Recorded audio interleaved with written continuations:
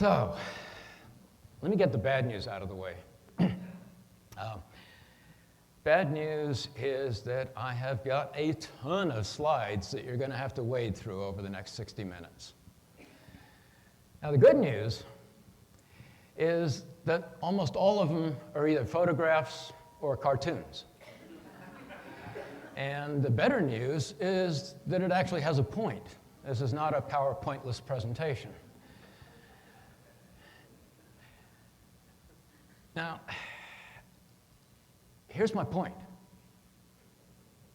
Anybody get it? Yeah.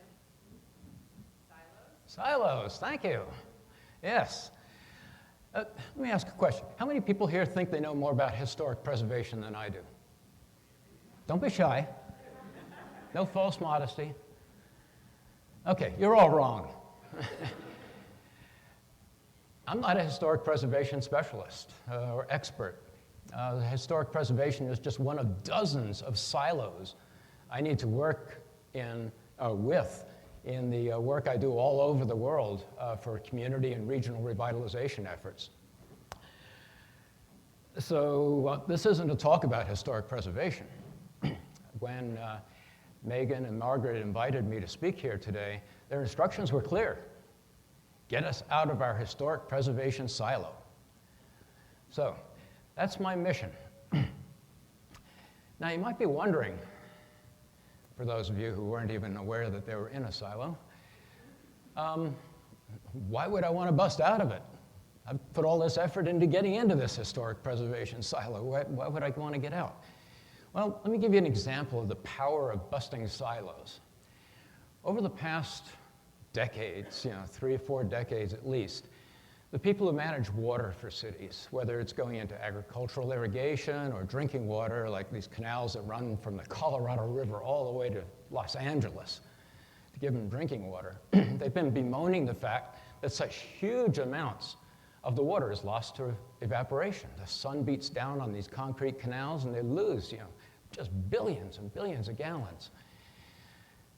Now, at the same time these water management people have been bemoaning the loss of their water to evaporation, the renewable energy people have been bemoaning the fact that to build a huge solar array means they either have to put it on arable land or on wildlife habitat. I mean, it might look like you're not doing any damage when you put a huge solar array in a desert, but a desert is an ecosystem. There are a lot of plants and animals that need exactly that ecosystem. So, what would happen if these water folks climbed out of their silo and talked to the renewable energy folks? Well, this is what would happen. That's what they're doing in India right now. They're covering up all of their water canals with solar panels, cuts down on the evaporation, and at the same time they're building huge amounts of renewable energy capacity without covering up any farmland or wildlife habitat.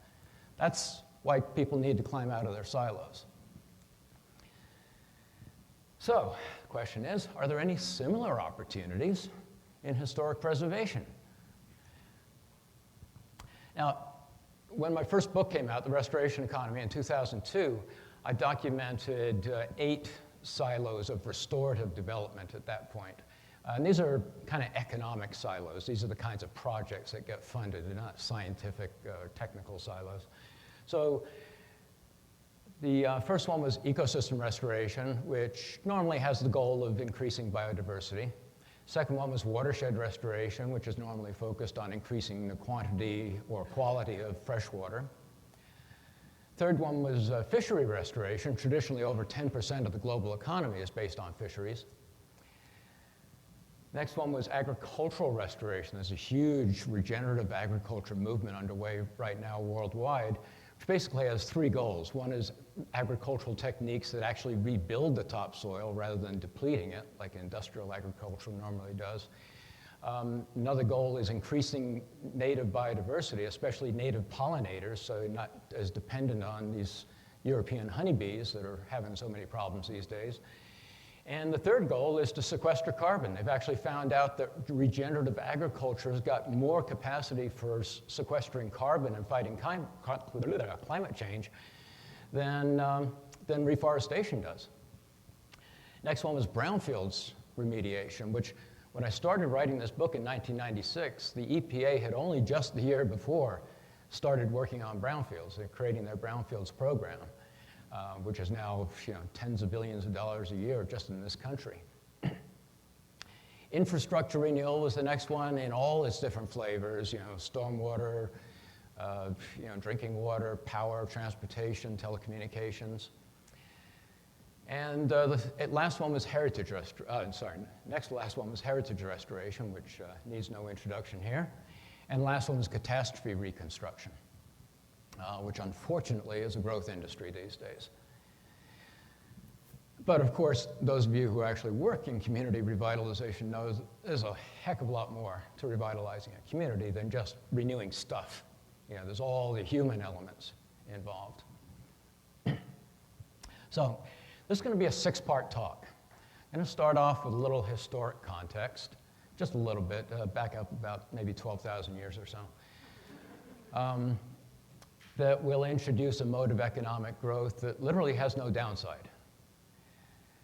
Second, we'll be talking about how to move into that mode of economic growth by moving from D to RE, which I'll explain in just a second, to create a local restoration economy.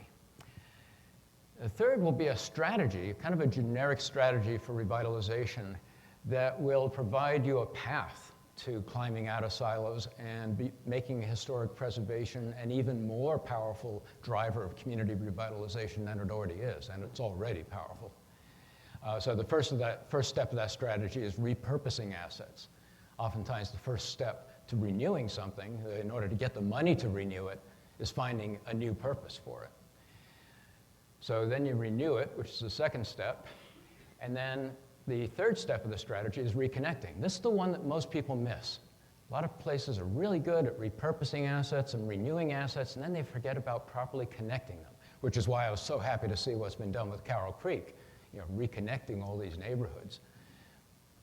And the last step will be an example or two of putting all this together to create resilient prosperity, which really is what most people want. You don't just want a burst of revitalization, you want it to last.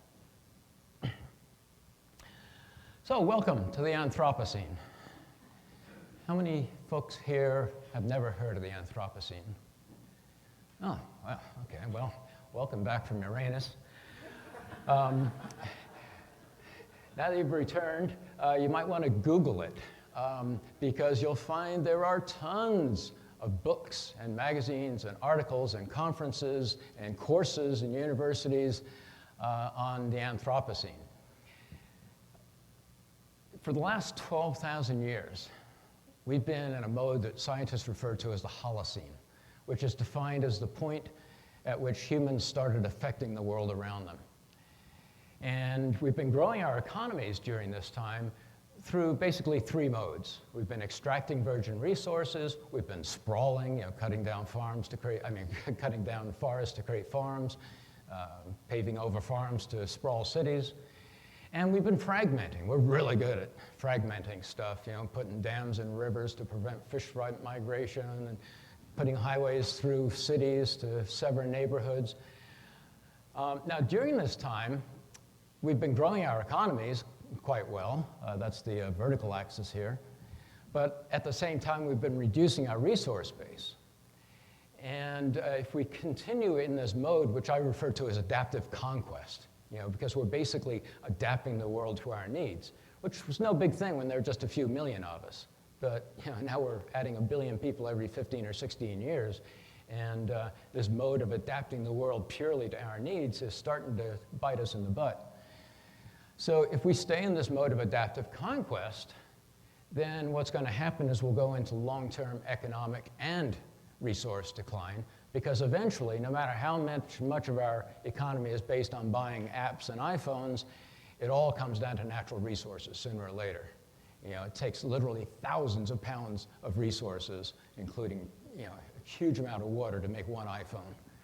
The good news is that there's an alternative mode I refer to as adaptive renewal, which is based on the opposite of what we've been doing for 12,000 years. It's based on repurposing our damaged and old assets, on renewing them and reconnecting them. And the good news is you can't do too much of this. I've never encountered an ecosystem that was too restored, or a place that was too revitalized. So this is what we've been doing for the last 12,000 years. And again, no big thing, that's how you grow a civilization. There's nothing evil about creating a city out in nature. Sometimes they get a little carried away. This is Las Vegas, which ended up with a dead downtown and just huge amounts of dysfunctional sprawl that they're just starting to try to get a handle on. Good news, though, in this country, we're finally starting to move back to the European model. The European model is that the wealthy always lived in the heart of the city and the poor lived in the outskirts. We built, in the opposite way over the last 100 years or so, especially since cars were invented. But now the trend is the reverse, which is good news for historic preservation because it means a lot more money is going to be flowing towards older buildings. You might be wondering, how did this Anthropocene thing hit us so quickly? Well, part of it is the rate of population growth. I mean, look at that curve. I mean, you can't even call that a curve. It's virtually a vertical line. But it's not just the number of people we've got. It's also the per capita consumption. We're consuming so much more per capita these days that you put the two of those things together, and the impact on the world is just tremendous. And this is what the impact looks like. Here's a scene in Bangalore, India. They've got a lake there that is so full of industrial effluent that whenever a wind comes up, it whips up into a foam that covers the city. And it might look a little pretty, but it stinks and is highly toxic. So this is the world of the Anthropocene for a lot of people these days. In China, they've got highways that are 50 lanes and still have traffic jams. This is half the highway. You notice all those cars are going in the same direction? So that's what the Anthropocene looks like when we're adapting the world purely to our needs. The good thing about adaptive renewal is that what we're doing now basically is adapting to our adaptations. The world is defined by our adaptations now. Now we have to adapt to our adaptations. Here's what, you might be thinking, okay, yeah, sure, there's always going to be some nasty-looking foam-covered places in the world. But there are also some beautiful, pristine places, right? There are no pristine places on the face of the planet anymore. Everybody in this room has Chernobyl and Fukushima in their body. So this is Bali these days. That's what it's like surfing in Bali these days, that remote, beautiful, tropical paradise. So you might be wondering, we've been talking about sustainable development now for 30 years, which is a wonderful and necessary, noble dialogue, but do we really want to sustain this mess? I mean, sustainability is what we need in the long term, obviously, but right now, what we need to undo is 12,000 years of damage, or at least the last 200 years. Now, the good news, the other thing, though, that we need to do is make sure we preserve the good stuff we've created, all the beauty that we've created during this time, which is what you folks do. So, here's how to better connect the work you're doing now to community revitalization, which, amongst other things, is a wonderful way to get new funding. The more relevant you make yourself to the economy, the more people are likely to open up their purses. So the most important single shift we need to make is in a prefix. We need to shift from D to re, from development to redevelopment, from despoilment to remediation, from depletion to replenishment, from demolition to restoration, from degeneration to regeneration, which basically means we're shifting from a deconomy to a reconomy. We need to basically stop being degenerates and start being regenerates. Now, oftentimes when we fix things, we go a little too far. It's just kind of the human nature that we tend to swing the pendulum back in the opposite direction a little too far. The good news is, as I mentioned earlier, you can't do too much re. I've been doing this work now full-time since 2002, and I have yet to hear a community say, oh my God, we've got to slow down this river restoration project. The water's getting way too clean, and there are far too many fish in it now. Or, oh my God, we got to slow down this Brownfields Remediation and redevelopment program, and we're running out of contaminated properties. Or, oh my God, we got to slow down this community revitalization initiative. Our quality of life and our jobs and economy are just going through the roof. Yeah, I've never heard that. You can't do too much re. You can do it badly, but if you're doing it right, you can't do too much of it. This guy had the right idea. Back about 100 years ago, Teddy Roosevelt said this, which, until you get to that word increases, it sounds like he's going to make the usual call for, let's be better stewards of the environment and blah, blah, blah. But he didn't, did he? He said increased for the next generation. He was talking about a restoration economy. His timing was a bit off. Nobody really paid attention. But, and as we know, timing can be everything. But here's a guy who did have good timing, Governor Brian Schweitzer in Montana back in 2006. After one of his aides read The Restoration Economy, he brought me out there and had him help put together a Montana Restoration Economy initiative. And 3 years later, we published this report that showed for every dollar they were putting into restoring their watersheds and their old mining sites and their contaminated rivers from the mining sites, that they were generating over 31 higher paying jobs, and it's higher paying than resource extraction, and over $2.5 million of related economic activity. And that 2.5 to 1 ROI is actually low, because other people are starting to measure it, the restorative ROI. In the Everglades, they've documented over a 4 to 1 ROI on Everglades restoration for all the ecosystem services that are renewed by ecological restoration. EPA has documented an 18 to 1 ROI.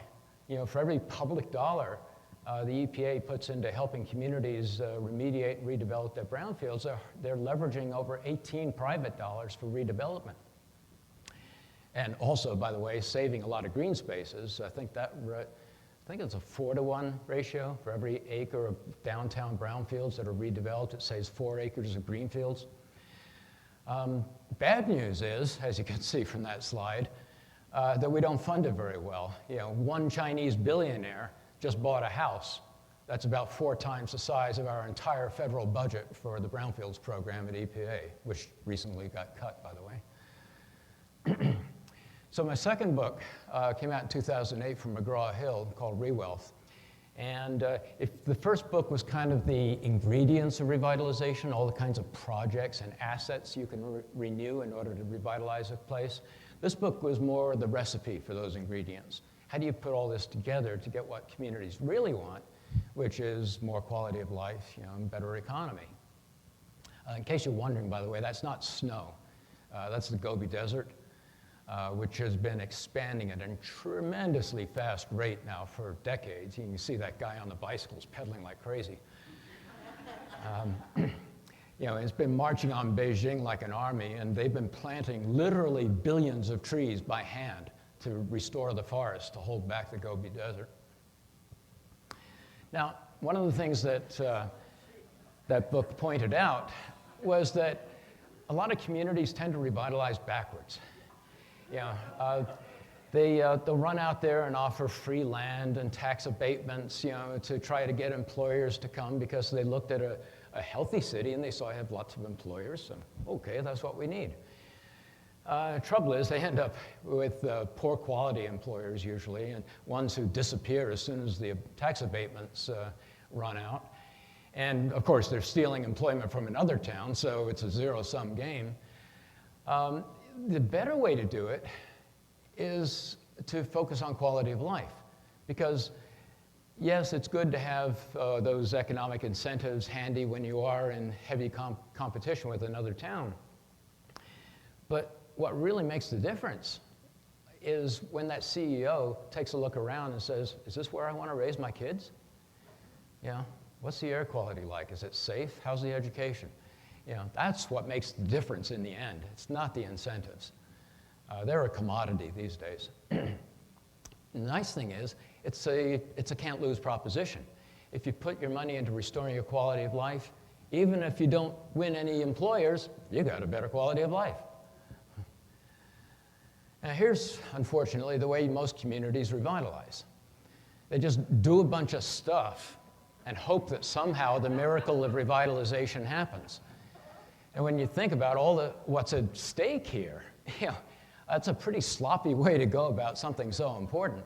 But they're not working from any principles or theories or foundations or anything as to what revitalization is and how it actually emerges. Any planners in here? Ooh, good. Anybody here enjoy abusing planners?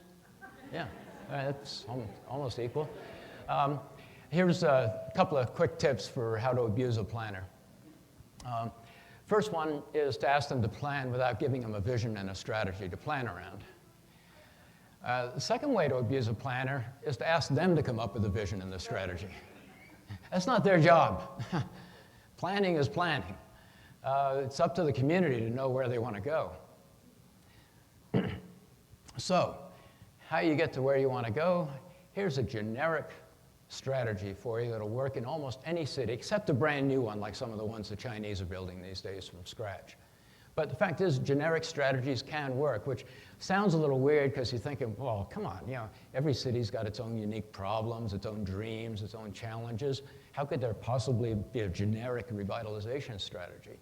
But look, you've got a huge consulting industry out there, all over the world, billions of dollars. There's one generic strategy for all consultants, whether they're individuals like myself or 10,000-person Boston Consulting Group type outfits. It's a two-step strategy. One is convince clients that you know what you're doing. The second step of the strategy is to convince them they'll be better off after they give you money than they were when they still had it. It works. Yeah. Universal strategy for consulting. Okay, more seriously though, there is a generic revitalization strategy. And the reason you can have a generic strategy, and it doesn't mean you don't customize it to the place, but the reason you can have a generic strategy is because most places have the same basic problems.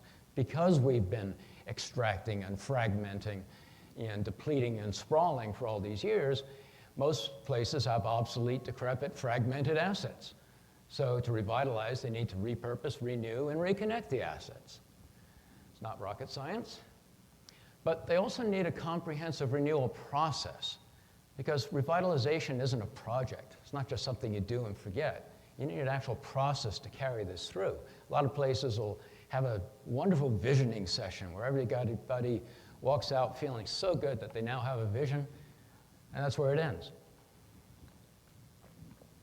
Visions accomplish virtually nothing.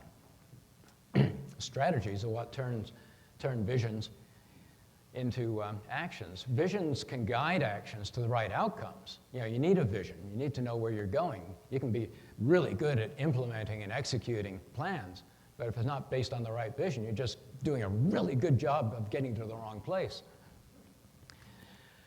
Strategies are what guide actions to success. That's the essence of a strategy. It's a method or a technique that ensures success, or at least greatly increases the chance of success.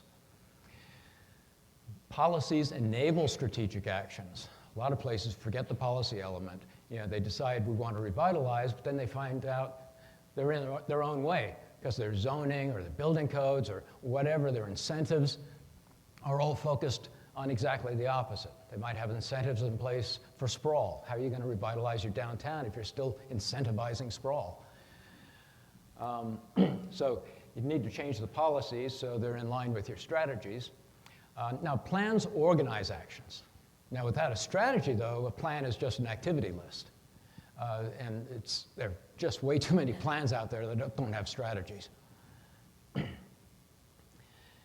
Here's a good test.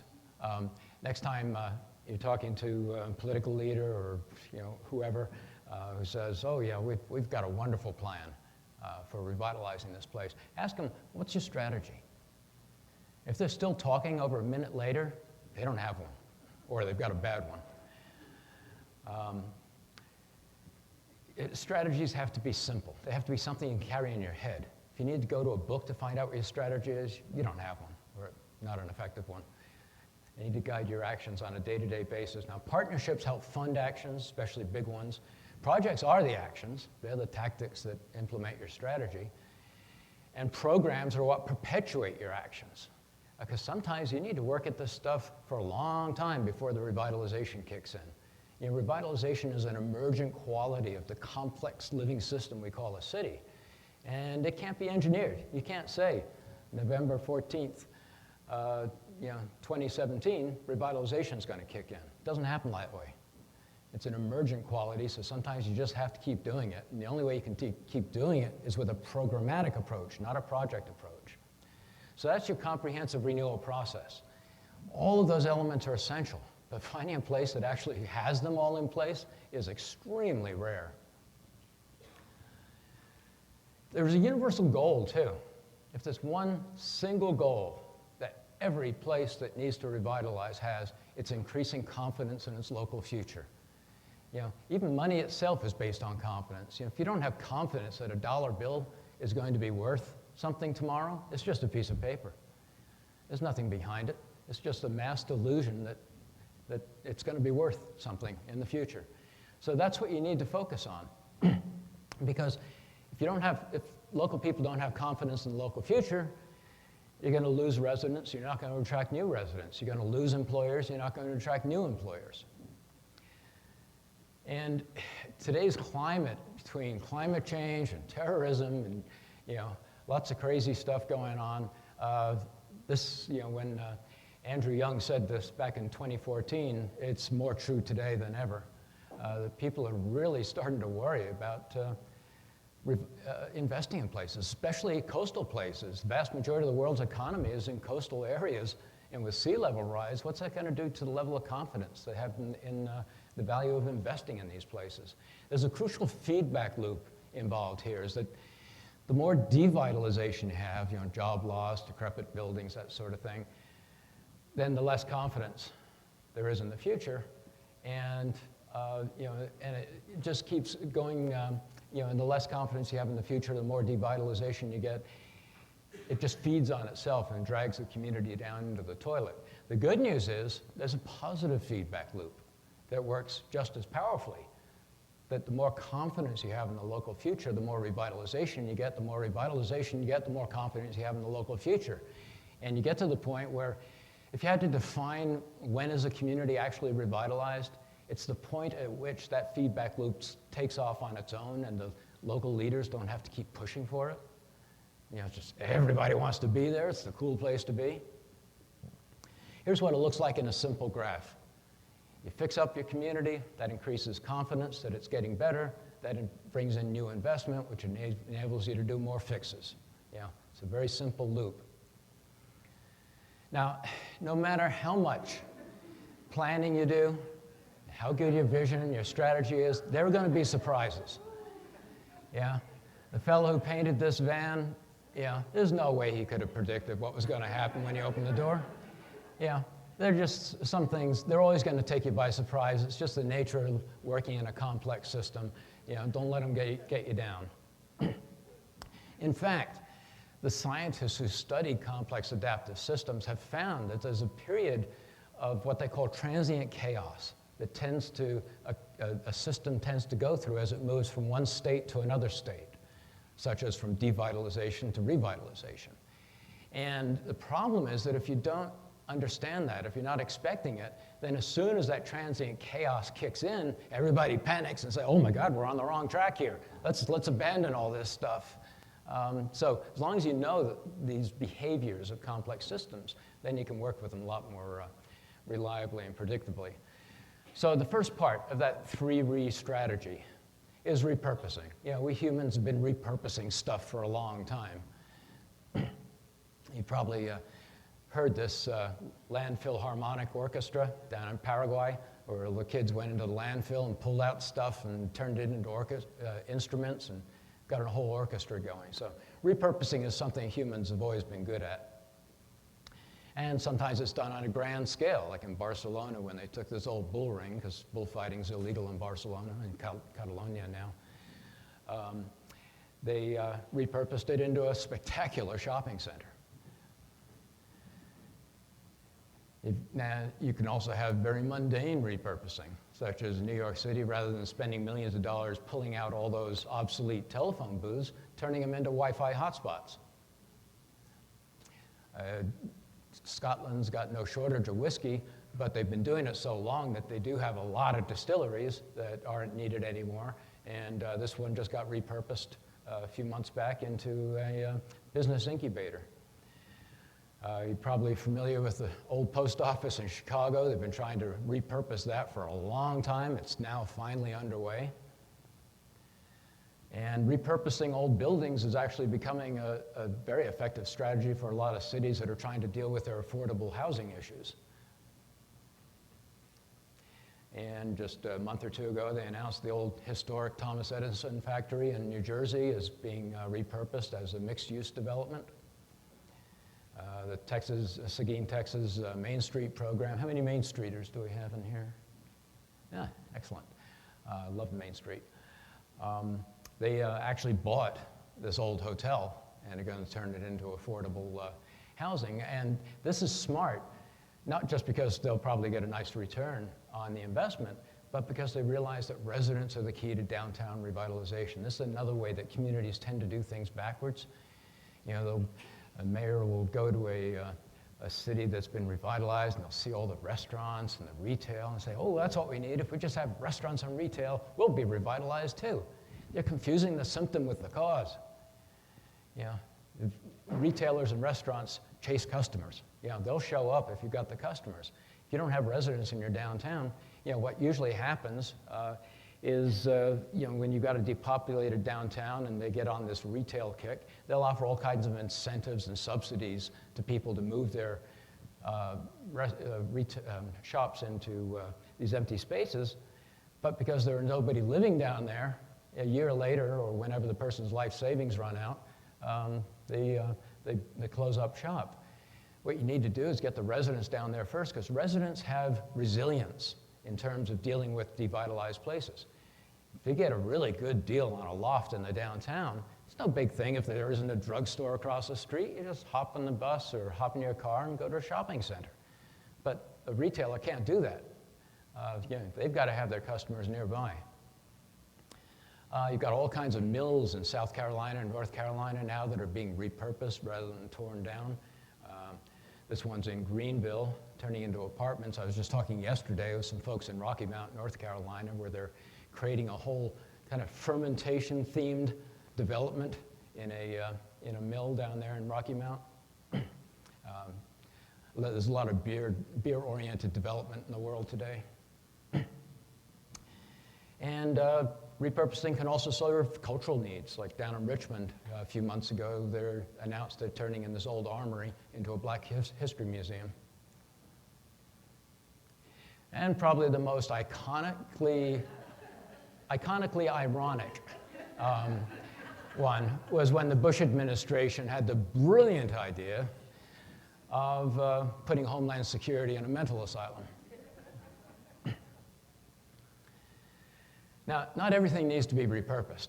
You know, the FBI building in the district was horribly constructed, but you know, at least it was ugly. You know, some places just aren't worth repurposing. You know, you're better off just tearing them down. Did the architect of the FBI building walk in? Yeah, well.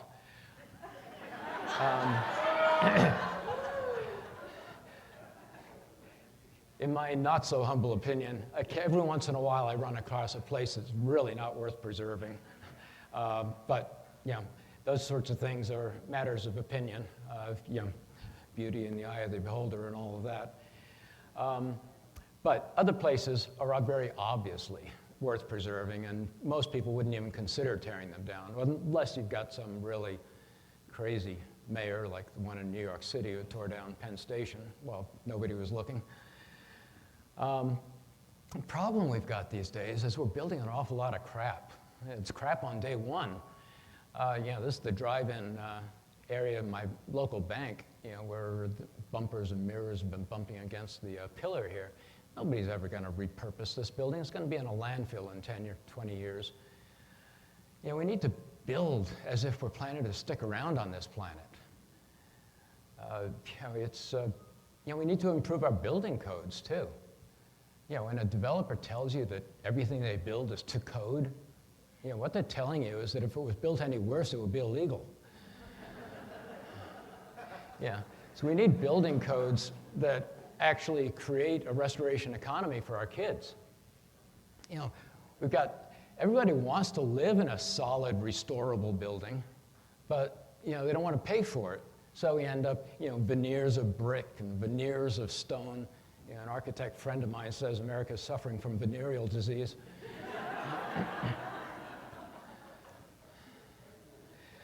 So that's repurposing. The second part of that strategy is renewing. Sometimes you need to renew places because they've deteriorated over a long period of time. Other times you need to renew places because of a sudden catastrophe, like the 2011 Virginia earthquake, which actually knocked over a picture frame on our mantle. But we recovered. Now here's a place, an old quarry, gravel quarry. And when the husband died and was shutting the quarry down, the wife didn't want to leave this ugly scar on the world.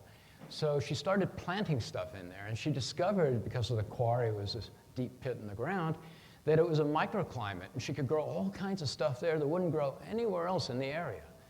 This is what it looks like today. Anybody recognize that? Okay. Oh, yes, thank you. Butchart Gardens in Vancouver Island. This is now the largest private employer on Vancouver Island, and Vancouver Island is not a small island. So that's a perfect example of really renewing a place. Here it is on an even larger scale. County Cornwall in England is traditionally the most economically depressed county in England. Basically, it used to be all mines, and most of the mines shut down, leaving not only horribly scarred natural resources, but no jobs. This guy, Tim Smits, came along and decided to restore one of these old quarries, and this is what it looks like today. It's called the Eden Project, and it's a combination of environmental education and Disney World. And it's now the largest private employer in County Cornwall. Has anybody here ever been to the Eden Project? Excellent, yeah, just gorgeous place. And not a pretty short drive from the coast too, and the Cornish coast is just one of the most spectacular coastal areas in the world. In fact, the Eden Project's been so successful that the Chinese have hired the people to put it together to create an even larger Eden Project on a huge coastal area that was destroyed by salt farms and shrimp farms. Here's a friend of mine who is kind of a professional regenerate. As soon as he got out of landscape architecture school, he decided he wanted to restore streams and wetlands for a living. In fact, anybody here know Keith? Because he was based not too far from here for a long time. He's in South Carolina now, but still has operations up here. So first job one of the first jobs Keith got was here in Maryland. This is Spring Branch. He got a job to restore, whoops, sorry about that. Restore a 4-mile stretch of Spring Branch. And that's what it looked like when he got the job. Now, as you can see, this is a former natural stream that used to wind its way through the countryside, burbling and gurgling and whatever they do. And it got re-engineered according to an engineering philosophy known as FSE. It stands for Flood Someone Else. What you do is you straighten it out so the storm waters accelerate as fast as possible. And then you wrap it in concrete to make sure none of the water gets absorbed into the ground. So the flood for the next community down the line is far worse. So this is Spring Branch about 9 months into the process after Keith had done what's called restoring the fluvial dynamics. This is what it looked like about 2 years into the process after he had got the native plants replanted. And this is what it looks like today. And that's about as close to doing magic for a living as I know of. But this isn't just about benefiting the crayfish and the salamanders and the butterflies. This is also property value enhancement. Imagine you've got a block of apartments or offices right next to this creek.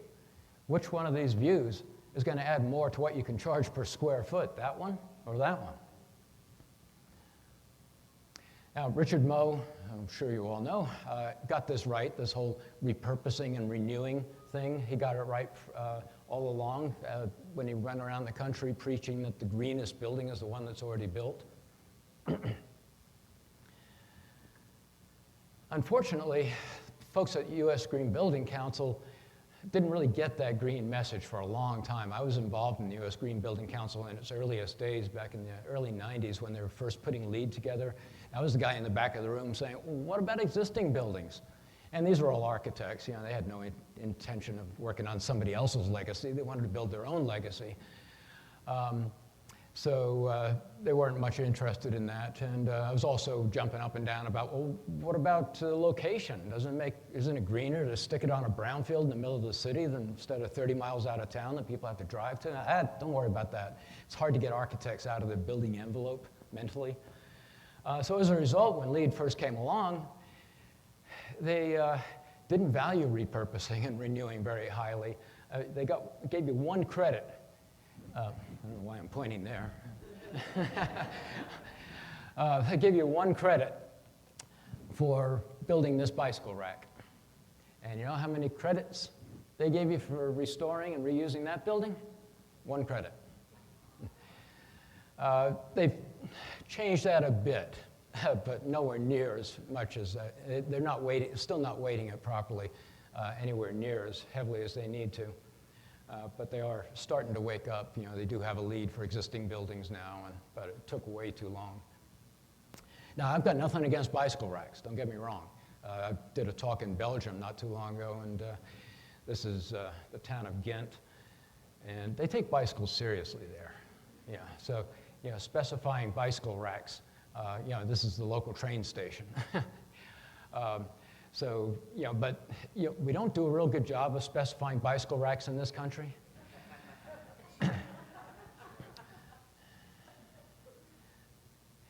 Last part of this three-step strategy is reconnecting, which in many cases is the most essential of them all.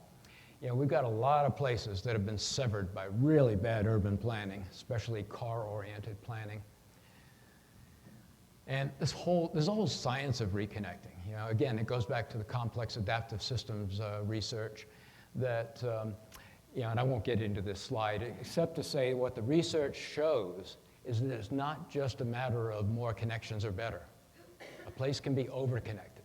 You know, systems can have too many connections as well as too few connections. There's an ideal kind of bell curve sort of situation there. Everything's connected. You know, we like to think, you know, that we can do something without affecting everybody else, you know, but the fact is everything's connected, and the more we realize that, the better the world's going to be. For instance, Main Street people, downtown revitalizers are finally starting to realize that if you want to revitalize the downtown, you got to think outside of downtown. You know, a lot of the customers are coming from the suburbs, so you need to revitalize the corridors to make the process of getting downtown more pleasant and easier. One of the most, probably the biggest single trend in reconnecting is reconnecting to water, which you guys obviously get here at Frederick. And there was a book that came out a few years back that if you want to read about why water is such a magic revitalizer, this is a great background. So all over the world, cities are reconnecting to their water. Rotterdam is the largest port in Europe. They want to keep it a working port, but they're redeveloping in such a way that it actually becomes a recreational asset for the community too, rather than purely working. Moscow's reconnecting to their water because they severed the community from the water with a badly planned highway, the same so many other cities did. Historic canals are being restored in London. In fact, just last week, the government of Canada announced that they were putting, I think, $170 million into restoring 5 historic canals in Quebec. Here's one. These people have seen the revitalizing power of restoring a canal. These folks in Worcester, Massachusetts are dreaming of doing so. Their canal, like so many, got paved over And so this is an artist's rendering of what they're hoping for. If they can restore that canal like you did with Carroll Creek, then they can restore all the historic buildings around it and revitalize this neighborhood. And again, just a few weeks ago, there's a proposal to daylight and restore all 45 rivers that run through Mexico City. And if you've spent any time in that gorgeous place, you know the one thing they're missing is water. You know, none of their rivers are daylighted. There's one or two little short stretches here and there, if you really look hard. And that'll do wonders for revitalizing a city that's got huge numbers of historic buildings, a lot of times in neighborhoods that could use some revitalization. Can anybody here name a river in London? All right, good. Thames, name another one. Don't worry about it. I asked that question in London and didn't get an answer to the second. The fact is that London has 14 rivers. 13 of them are completely buried, and a lot of them run through devitalized historic neighborhoods. So now there's a plan to restore daylight all 13 of those other rivers to help revitalize those neighborhoods. One of the most well-publicized of these efforts was in Seoul, South Korea. The Cheonggyecheon stream is an ancient stream that ran through the heart of Seoul, and you know, if you read Korean literature, poems, you know, children's stories, it's mentioned. But in the 50s, they paved over it, turned it into an ugly urban highway, and obviously that really reduced the quality of life for the people living next to all this noise and pollution. So the value of properties right next to it went down, including historic buildings. And that's what it looks like today. They pulled out the highway. Before they did that, they increased the public transit so there wouldn't be traffic problems, and restored the river running right through Seoul now, beautiful green space. And in the process, all these other kinds of assets got restored along the way, including the historic buildings. Now here's a lesson for any aspiring politicians we have in here. Any of those? Yeah, they never want to admit it. This guy proposed restoring the Cheonggyecheon, pulling out that highway, and promising to do it when he was running for mayor, got him elected mayor of Seoul. Successfully doing it got him elected president of South Korea. So restoring, revitalizing places can be a really good political platform. You know, water is this, there's a magic to water that if you have it, use it to the greatest extent to revitalize a place. If you don't have it, look for it, because you're probably standing on some. It just needs to be exposed. And like I said, you guys got it. I was planning to talk about it at this point, but since the mayor had to take off, I mentioned it earlier. Dubuque gave a talk there a couple of years ago for the Community Foundation. And, no, actually it was for the city itself. They do an annual sustainability conference, and they took Maria and I on a great tour of the whole city. And this used to be the industrial center of the Midwest, other than Chicago. And they've done a wonderful job of revitalizing their Mississippi River waterfront, but they didn't stop there. Most communities would. But then they looked around, they said, wow, you know, this water is powerful stuff. How else could we use it? And they found out they had a really depressed neighborhood that was constantly flooding. So they restored the buried stream, which solved their flooding problem, as your Carroll Creek work did here, and it revitalized the community. So anytime you see a depressed place with historic buildings that needs revitalization, first thing you should think of is, where's the water? Now, obviously, as I said before, there's a lot more to revitalizing places than just fixing the stuff. This is a favela in Sao Paulo, and you know, when you've got that kind of poverty right up against that kind of wealth, you're not going to have a healthy society. And any work you're doing on revitalizing in the space purely on fixing stuff is probably not going to go real far. Luckily, there's this great trend underway right now as people are redeveloping public housing, is to create not just more affordable housing, but green affordable housing, and even better, mixed income housing. You know, getting the different economic classes living together again. You know, we've become so ghettoized, if there's such a word, in this country. We've got rich ghettos and poor ghettos, and healthy societies have everybody living together. Doesn't mean they're all living in the same quality house, but they're not all isolated by economic class. So what happens when you put all this together? Now, I've been talking about busting silos, but the fact is a lot of expertise and a lot of resources are housed in those silos. So maybe what we should be doing is following my own advice and reconnecting silos, not busting them down. So what happens when everybody works together? All the silos come together. How many people here have walked the High Line in Manhattan? Okay. If you haven't, get on a bus or the train and get up there as fast as you can, because this is maybe the world's premier urban revitalization project. And the quick story here, I've got it in my workshops, I do a much longer version of how this all happened, but the quick story is that there was an elevated railway running down the west side of Lower Manhattan. The railway went defunct a long time ago and just left the trestle there rusting away as this ugly eyesore. Are there any non-ugly eyesores? Mayor Giuliani decided to spend tens of millions of dollars to tear the thing down. And a couple of local citizens climbed up there one day illegally and looked around and saw that the wind had deposited all this soil and seeds on top of the railway, and it looked like a park. And they say, wow, look at this is gorgeous. Can we, and look at the view from up here. Maybe we should talk about preserving this as a linear park. And Giuliani wasn't interested in it, but then Bloomberg came in and he loved the idea, so he got behind it. And that's what it looks like today. This long, beautiful, linear greenway connecting all these formerly pretty much separated neighborhoods, separated by distance, if nothing else. Nobody wanted to walk through them.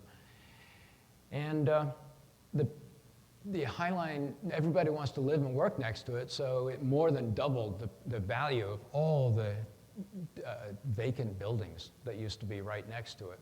Nobody wanted to be next to that rusting hulk, and now everybody wants to be.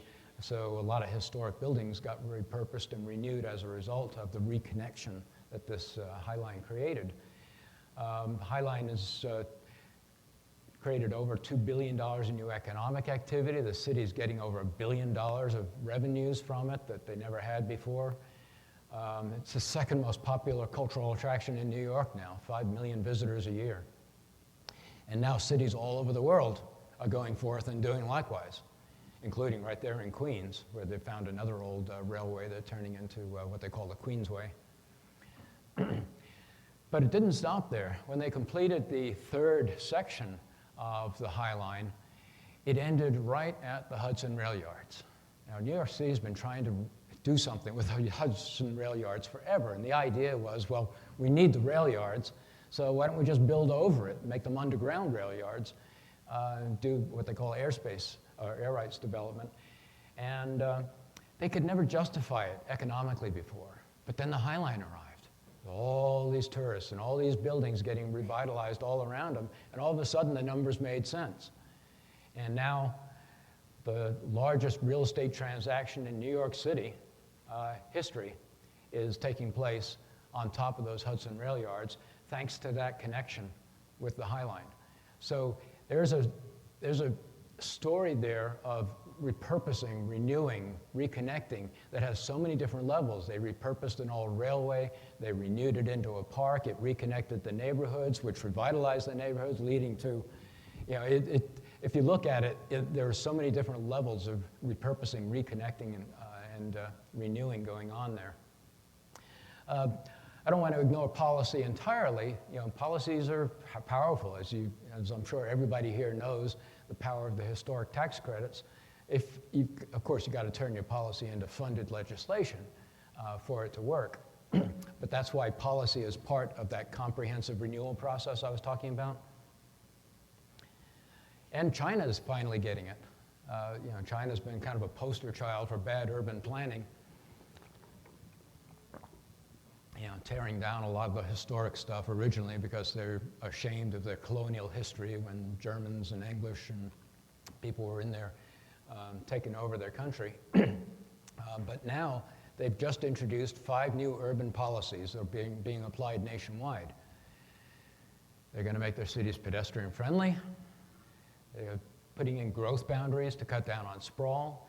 They're focusing on mixed use redevelopment, putting in more public transit, and more focus on historic restoration and reuse. So a whole new China coming down the road. Now, revitalization is a wonderful way to bring people together. It's a very nonpartisan sort of thing. People who are at each other's throats about other things tend to agree on bringing something back to life. Of course, whenever you bring people together, it's not always hugs and kisses. And there's some people who just really don't want any change. They're just not interested in any new way of thinking. And there's some people who really, it doesn't matter.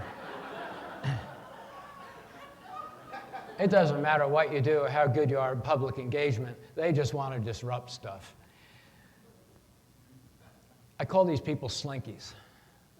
Everybody here remember slinkies? Yeah, okay, yeah. I call them slinkies because these folks aren't good for much, but they sure put a smile on your face when you push them down the stairs. But you got to work with them. Everybody's got to work together these days, despite all the political rhetoric. The good news is that most of the political rhetoric happens at the national level, sometimes at the state level. At the cities, people tend to work together a lot more effectively. And if you think anybody here thinks they've got public engagement problems, I did some work in Jerusalem a few years back, which, as you know, is divided into the East Jewish side and the West Arab side. And you think you've got public engagement problems? Forget about it. You got it easy here, believe me. Trouble is when these slinkies get into leadership, and that's when you can really start holding things back, as Megan was telling me earlier about what's happening in Cumberland right now. But even the places that seem like basket cases from a planning standpoint can really get their act together with the right leadership and the right ideas. Atlanta is traditionally considered a sprawl poster child of not just bad planning, but no planning, is now doing this 40-mile repurposing of a rail line to reconnect their neighborhoods with a green trail that's just revitalizing like crazy. So believe me, if Atlanta can do it, anybody can do it. So, if you'd like to read more about that comprehensive renewal process, if you go to revitalizationnews.com, just click on Renewal Strategy Guide there. That's a permanent resource. It'll be there anytime you need to read it. And just to refresh your memory, that's the comprehensive renewal process there. And if you want to keep up to date on all the latest things that are happening in revitalization, restoration, resilience, and all that sort of stuff, there are over 2,600 articles in the library here, all of them recent articles. So the oldest ones just goes back to 2009. And if anybody knows of a regenerate who's doing some really good work, whose story is inspiring, let me know, because I might want to tell their story in my next book, Revitalizing Careers. So, to wrap up, the Anthropocene's got a lot of problems. The land of opportunity is burning, in California. And a lot of the suffering is hidden. I mean, there's so much suffering on wildlife, and of course, the poorer people of the world that we don't understand just how bad the Anthropocene conditions really are these days. So you got to ask again, do we really want to sustain this mess? I'll close with a benediction from the Bishop of London, who said, we talk of sustainable development and sustainable economies, but it's time to talk about restorative development and restorative economies. So let's make a resolution. I know it's not January 1st, but it's always a good time to make a positive resolution, right? And it kind of reminds me of one of my favorite cartoons. Can you tell I like cartoons?